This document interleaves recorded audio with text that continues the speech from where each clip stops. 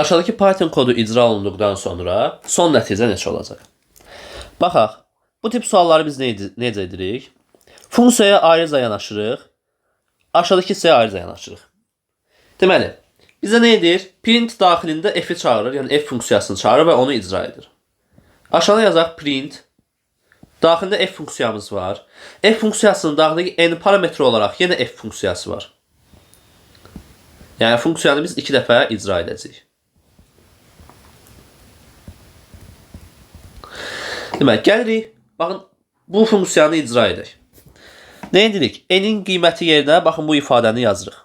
N bərabərdir 4, 5, 6, 7, 9, 9, 8. Daha sonra S-ə 0 verilib. S-in qiyməti 0-dır. I-nin də qiyməti nə olur? For-a əsasən N-in simvollarını alır. Bizdə necə idi? Baxın, for-da in range var. Bir də hansısa bir list və ya da sətr yazmaq olar da. Bura n yazdığı halda, baxın, buradakı simvolları ardıcıl olaraq götürürəm. Məsələn, i-nin ilk qiyməti nə olacaq bizdə? I-nin ilk qiyməti, baxın, 4 simvol olacaq.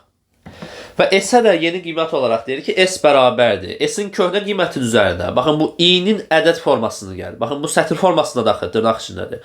Onu ədədə çevirib S-in üzərində gəlirik. Yəni ki, S-in yeni qiyməti olur 4. Növbəti addımda i-nin qiyməti olur 5. S-in qiyməti nə olur? 4 plus 5, yəni ki 9-a. Daha sonra i-nin qiyməti olur 6. S-in qiyməti olur 9 plus 6, 15. I-nin qiyməti olur 7. S-in qiyməti olur 15 plus 7, 22. I-nin qiyməti 9. S-in qiyməti 22 plus 9, yəni ki 31. I-nin qiyməti 9, S-in qiyməti 40, I-nin qiyməti 8 olduqda isə S-in qiyməti olur 48. Yəni bu yekun olaraq nə edir? Baxın, buradakı bu simvolları rəqəm kimi götürüb cəmləyir hamısını və S-də birləşdirir. Ən sonda da return olaraq nə qaytarır? S-in mətn formasını qaytarır. Yəni baxın, bu hissəyə nə qayıdacaq bizdə? S-in mətn halı. Gəlin yazaq həmin hissəyə S-in mətn halını yazaq. Nədir bizdə? 408 də mətn halı. Yəni 48-i çevirəcəyik STR-ə. Yazacaq bura 4-8. Biraz sərgəsiz oldu, bu biraz düzəldək. 4-8. Bu formada. İndi biz nə edəcəyik? Bu səfər də bu funksiyanı işlədəcəyik. O funksiyanı icra edəcəyik. Eyni şəkildə n-ə nə verəcəyik? 4-8 qiymətini verəcəyik mətn formasında. 4, 8. S-ə yenə 0 verəcəyik. I-yə isə sırasıyla bu qiymətləri verəcəyik. Əvvəlcə 4-ü verəcəyik. Bir dəqiqə. I-nin başlanıcı qiyməti yox idi.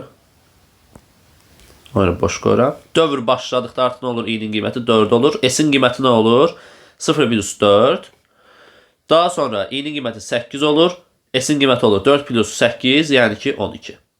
Və burada da dövrümüz bitir. Geriyə nə qaytarılır? Return strs, yəni ki bunun mətn forması. Baxın, buradakı bunun yerinə qaytaracağım. Mətn formasında 12 qaytaracağım. Dırnaq içərisində 12. Cavabımız da nədir burada? D variantıdır. Yəni sırası ilə, yəni mənim funksiyam nə etdi? Həmin o sətirdəki rəqəmlərin cəmini tapdı, yenidən sətrə çevirdi. Bu formada getdik və yekun olaraq print 12-ni tapdıq.